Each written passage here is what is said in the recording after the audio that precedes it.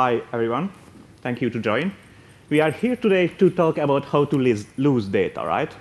I like this title because I'm pretty sure that we wouldn't like to lose data in any way, even if it's a safe way. So more precisely, I would say that how can we lose bytes without losing the data, right? Because it's not a problem if we still have a few replicas. And this is what I would like to talk about today. This is my agenda. So I would like to talk about data and science. I think this agenda is at least as confusing as the title, right? Because this is definitely not data science. It's data and science. But I think it's very important, the data science here, because one of the reasons why it's important to talk about data is the data science. Without data, we can't do any interesting thing with data science or machine learning. So one reason is that to talk about the data. The other reason to talk about the data is more obvious for me because I'm working with data. My name is Marton Elek. I'm an Apache Hadoop committer. I'm a PMC member of the Apache Redis project. It's an incubator project, and it's an embeddable Raft protocol implementation. So it's something like an embeddable zookeeper, which actually is used in Apache Hadoop Ozone, which is a new sub-project inside Hadoop. I'm also working on some Kubernetes project to run Apache Big Data project inside Kubernetes. If you are unhappy with the Helm charts or customize, then maybe this flexible project could work for you. Okay, so that's about the data. So it's not just an important part, but I think that it's a very exciting part, the data. And this is what I would like to share today. So I would like to talk about data and science. The data part is mostly about Apache Hadoop Ozone, just to agree on the context. So this is the context of this talk. And the science part is more or less independent from the Ozone. This part is about the tricky question of the data replication. Okay, so let's start with the Hadoop.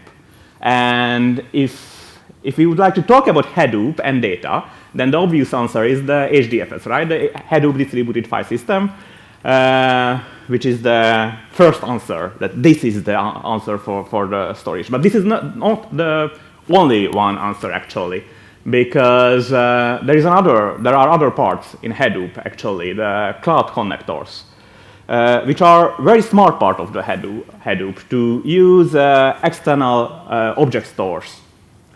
And we can use any of them, but at least I think each of them has own advantages and disadvantages. So the HDFS part, I think it's very well known that it couldn't scale very well after, let's say, 500 millions of keys. Just because when the Hadoop was designed, there was no streaming at all. So usually the Hadoop designed to handle huge files. But nowadays, we have a lot of small files, and we need to handle them somehow. The other side, it depends on the use case. Some cloud connectors can provide, some cloud providers can provide consistent object stores, some other just provide eventual consistent object stores. The cost, it's very depend from the use case, but it could be slower than a local HDFS cluster. So what I would like to show here that there is really a space for improvements. And Apache Hadoop Ozone, it's a try to improve this situation and provide something new which can be used not only from the Hadoop file system API, but from S3 as an object store, but it's consistent and as fast as HDFS. So let's define first the problem. I think this is a very well-known problem. That's what we are doing when we store files. We have a file, this is the F1, and usually we split the file to smaller parts, right? To blocks in the Hadoop world. And actually the small parts are replicated to multiple nodes to save them.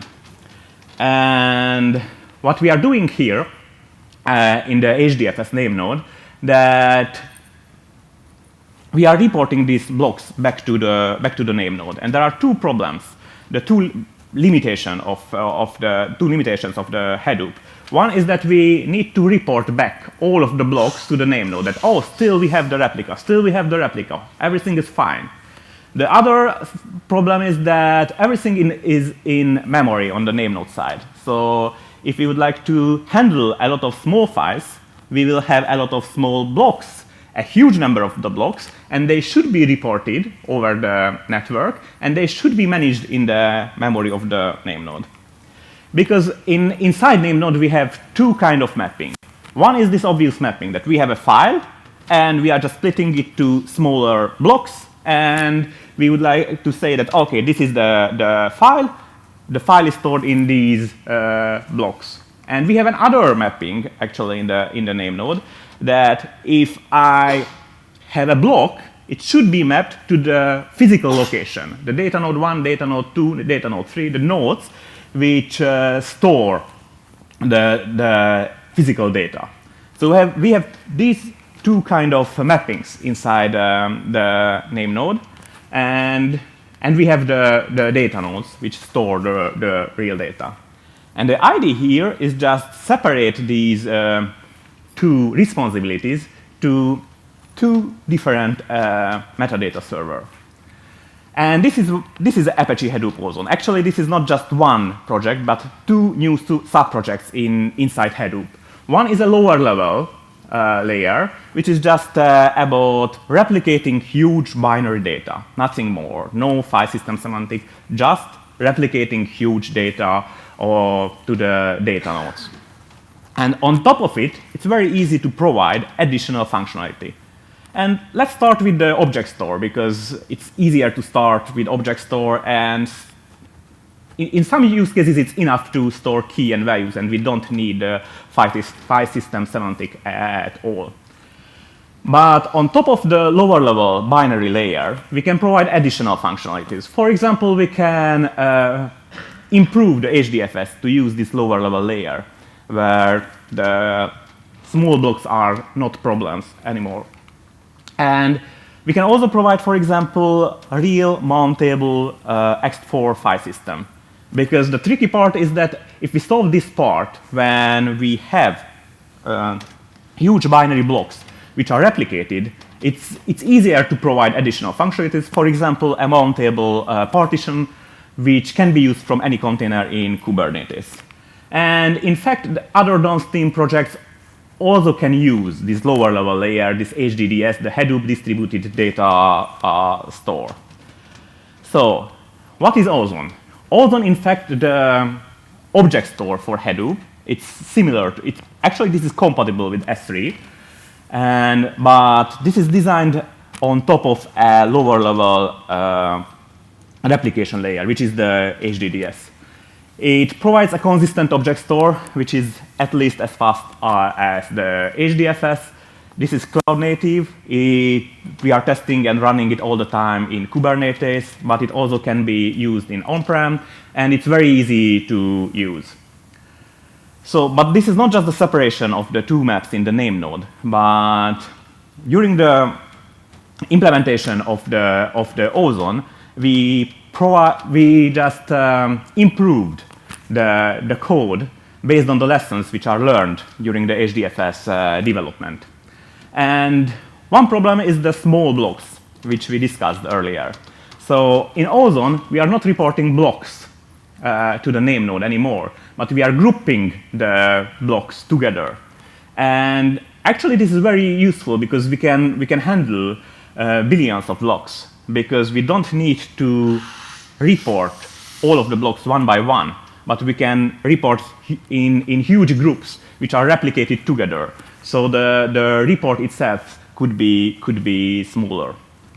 And other optimization is that we have a different type of replication, and this is what I would like to talk about today. There are two kinds of replication inside Ozone and HDDS. One is for the hot data, when we are writing new data, new blocks. We are using the Raft consensus protocol. It's a very well-known protocol, similar with what is used inside Zookeeper. but this is an embeddable consensus protocol, implementation, this Apache Reptis. And if the blocks are, or these huge groups are full, or something is wrong, then the containers will be closed, and we will manage only immutable data. And it's much easier to manage immutable data, and we can provide more advanced functionality, but we will see later.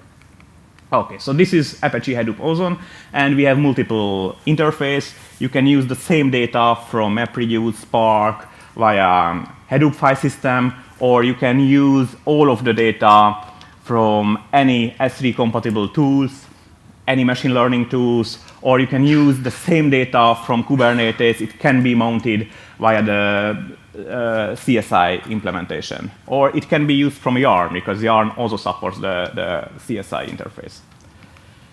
OK, this is Apache Hadoop Ozone, and actually we have 2 releases. And the next release will be released in the next week, or in the next few weeks, which includes the security. And according to the plan, there will be the first GA release in this year. OK, so that was the context. That is the Apache Hadoop Ozone. And now we can switch from the data to the science part. Actually, this is also about data. I'm cheating a little bit, but this part is based on 2 scientific papers. That's the reason why I use the science as a title. These are very famous papers, and there are a lot of follow-up papers, but the beginning of this Copyset paper. So what's the question about the replication? Well, this quote is originally written by Lev Tolstoy, but Lev Tolstoy said these words about the families, actually.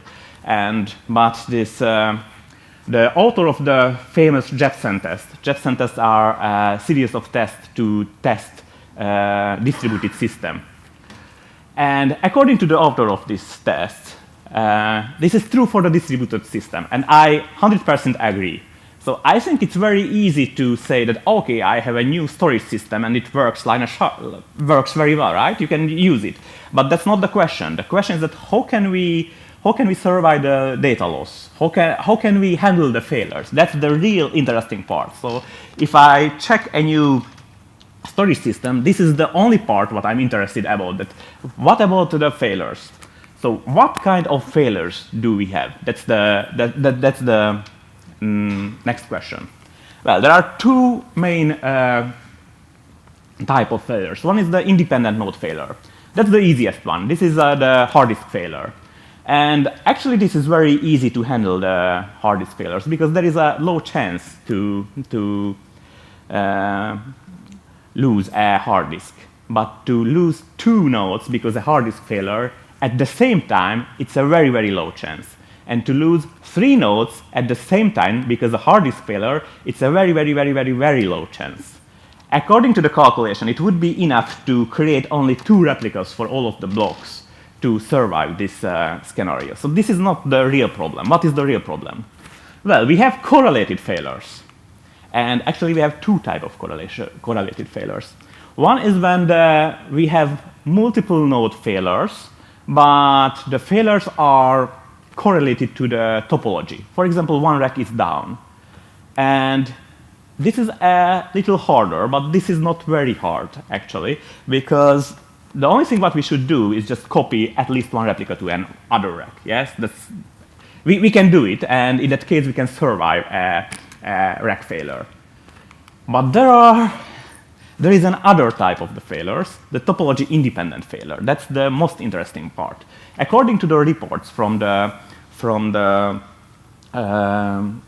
maintainer of the very huge data centers, at least once or twice per year, there are topology-independent failures.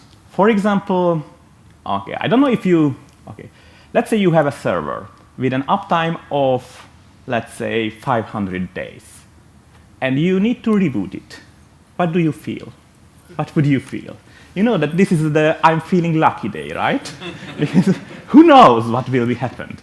So these are the failures which very hard to survive. And according to the reports, for example, it could be a power failure. So after a power failure, some of the nodes just didn't start. We don't know why. So, and this is what we would like to survive. The topology independent correlated failures. Correlated just means that we have multiple failures at the same time, and it's not related to the rack topology.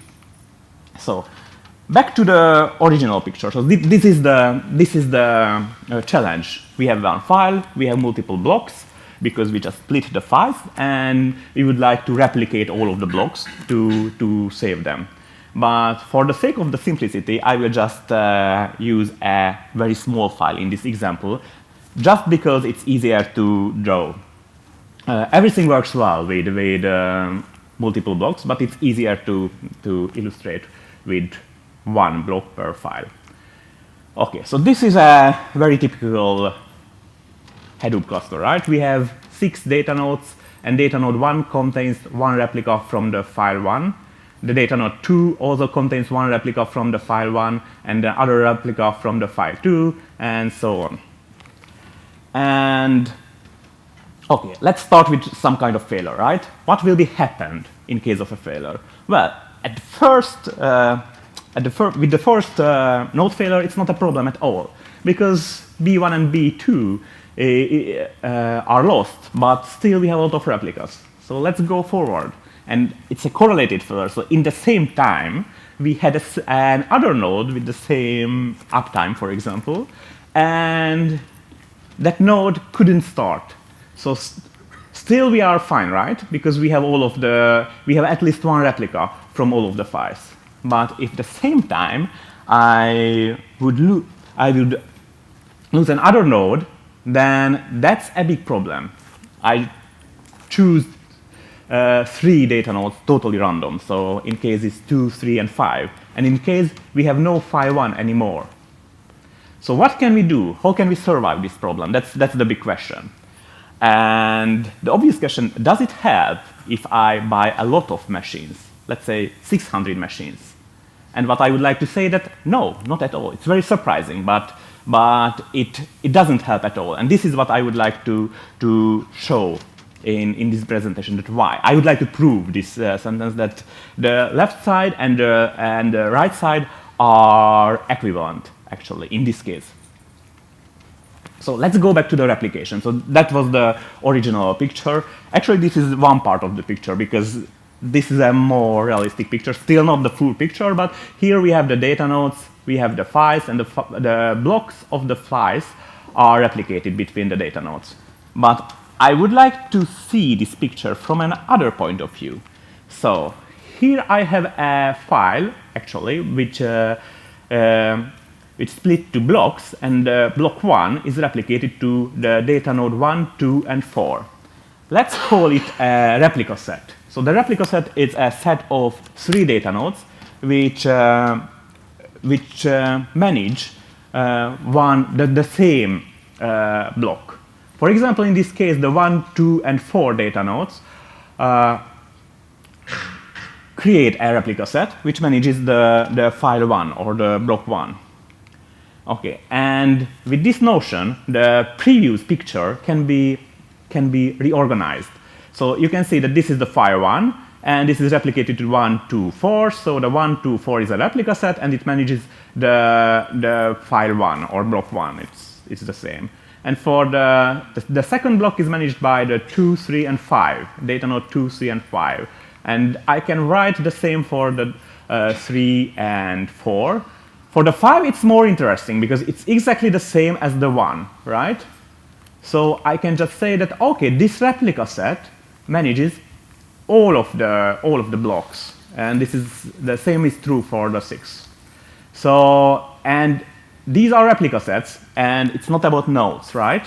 So one node could be part of multiple replica sets, actually.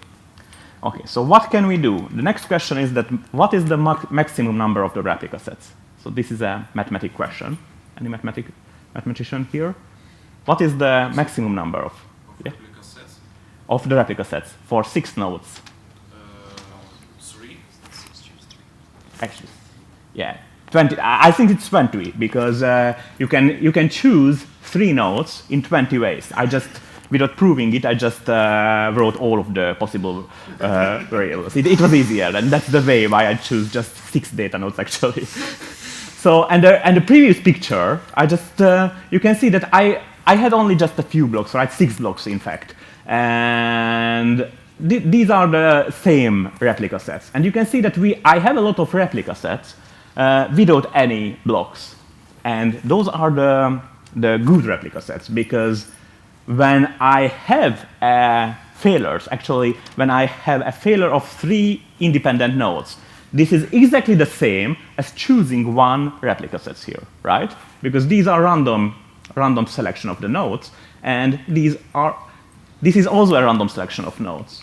So actually, I was very unlucky, right? Because accidentally, I choose the 2, 3, 5, which in this case just managed one block. But in case of another, the 2, 5, 6 would be a more lucky choice, because in that case there won't be any data failure, data loss. So this is what we saw here, that the failure of 3 independent nodes is equivalent to kill 1 replica set or lose 1 replica set. Okay, so let's go back to the random replication. The random replication is used by default in HDFS. And random replication means that we choose 1 replica set randomly. Actually, we choose randomly 3 nodes, but this is the same as choosing 1 replica set randomly. So let's say I have 6 data nodes and 2,000 blocks. In that case, all of the replica sets will manage roughly 100 of the blocks. So in that case, we can't choose any of the replica sets, right? These are 100 blocks. Hopefully, you can see that these are 100. I just make it easier to display. So all of the replica sets have roughly 100 blocks. So, and we can't choose any of them without losing data, right? Because choosing this one would cause a data loss, and all of these blocks would be lost. So, back to the question, does it help if I buy a lot of machines? And actually, it doesn't help at all. Because let's say I have 600 nodes. In that case, I have roughly 35 million of different replica sets. But in case of a lot of blocks, actually this is not a problem with HDFS, because HDFS couldn't scale beyond 500 million of keys. But Ozone can scale, so this is a problem for me, actually. But this is the same situation. All of the replica sets will manage at least 1,000 blocks. So in that case, I couldn't choose any of them without losing data, any of the replica sets. So 3 node failure, even if you have 600 nodes, just if there are 3 nodes which are down, I can guarantee that there will be some data loss. So how can we do it better? That's the big question. What can we do? This is a bad situation anyway, right? So let's try another approach. And here we have data node 1. Here we are creating just 2 replica sets, 2 groups. One group contains the data node 1, 2, and 3, and the other group contains the data node 4, 5, and 6. And we need to choose 1 for each of the 5, or each of the blocks. So it's a random replication between the 2 replica sets. Either the first replica set or the second replica set is used. So with this approach, the picture will be something like this. With this replica set, I will have a lot of blocks, but in this replica set, I won't have any of the blocks. So, and in case of the failure of 3 nodes, in this case, we have a good chance to survive, right? It's actually the chance is 2 to 20. So it's better than the 100% chance. So this is the comparison. So we have 6 data nodes with all of the algorithm. We have 2,000 blocks. And the chance to lose a data in case of 3 data node failure is 2 to 20 or 20 to 20. So which one is the better? That's the question. Well, this is not just about the failure, but this is also a question that what can we lose? In the first version with the two groups, all of the data blocks are split the two replica sets, right? So we will lose about the half of the data. So which one is the better? That's the question. You can choose. So we didn't do anything. We just we have a balance between two numbers. So what do you prefer? Lose the half of the data with 10% of the with 10% chance, or lose 10% of the data with 100% chance? It's actually it depends from the use case, and it's a very hard question.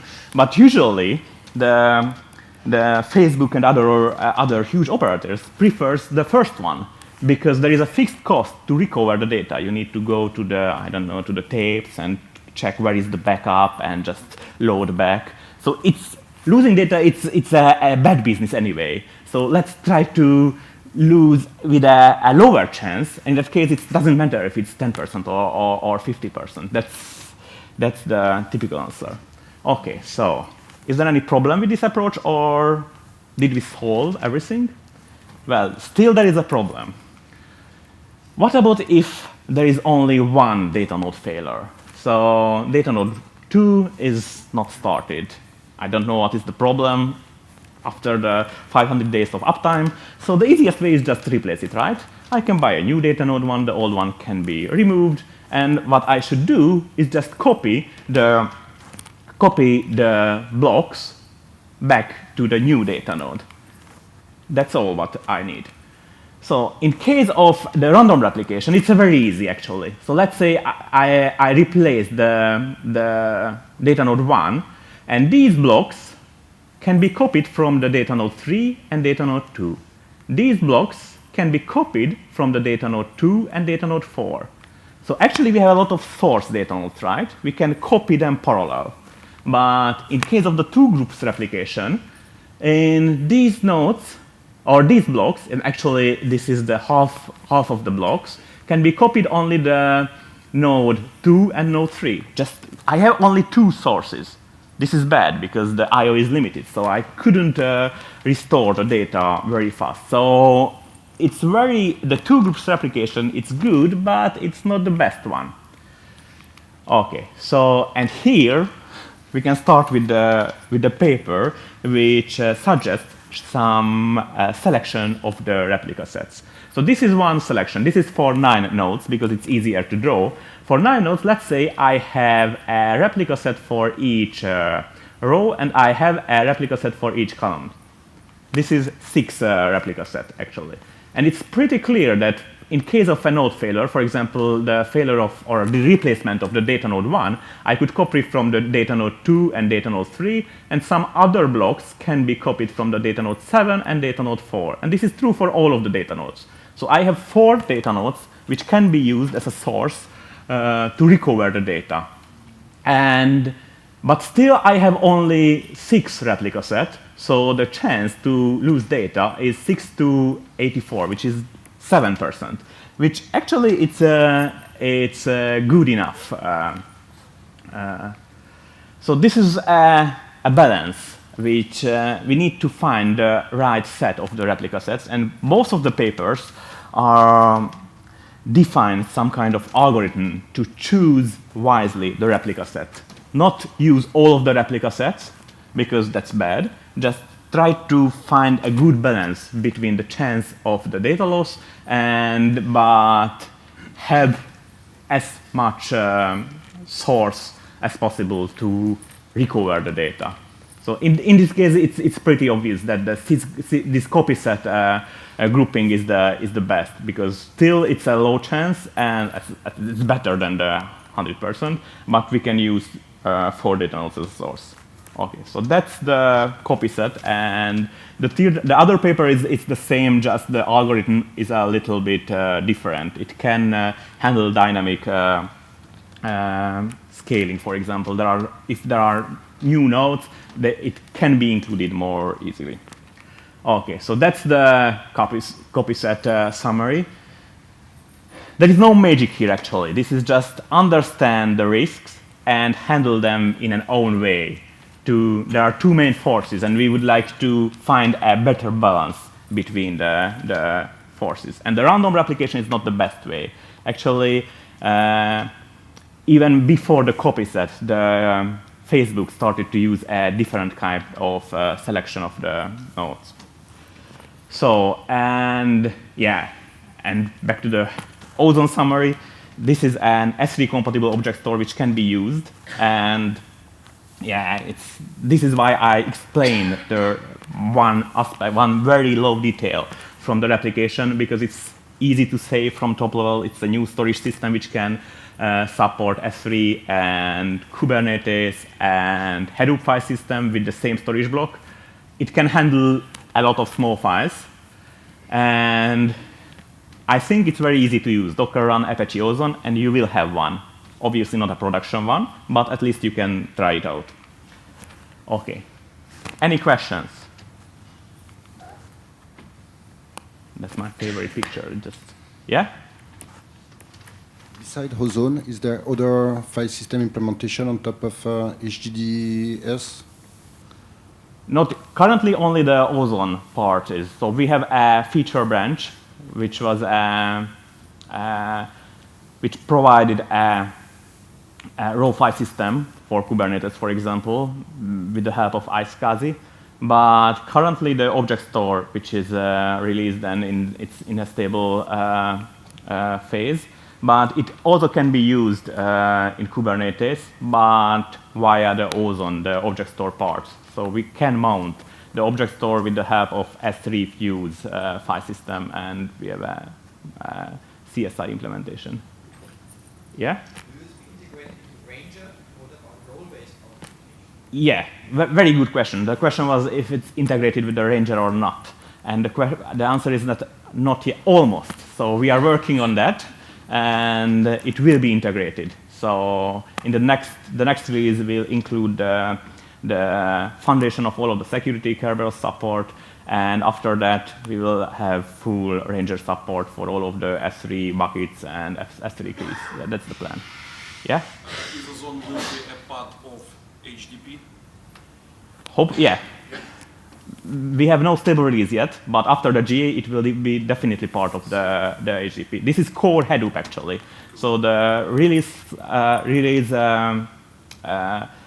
the Ozone releases are similar to the submarine releases. They are separated from the main Hadoop, but the code is the same project. So this is actually Hadoop itself. Yeah?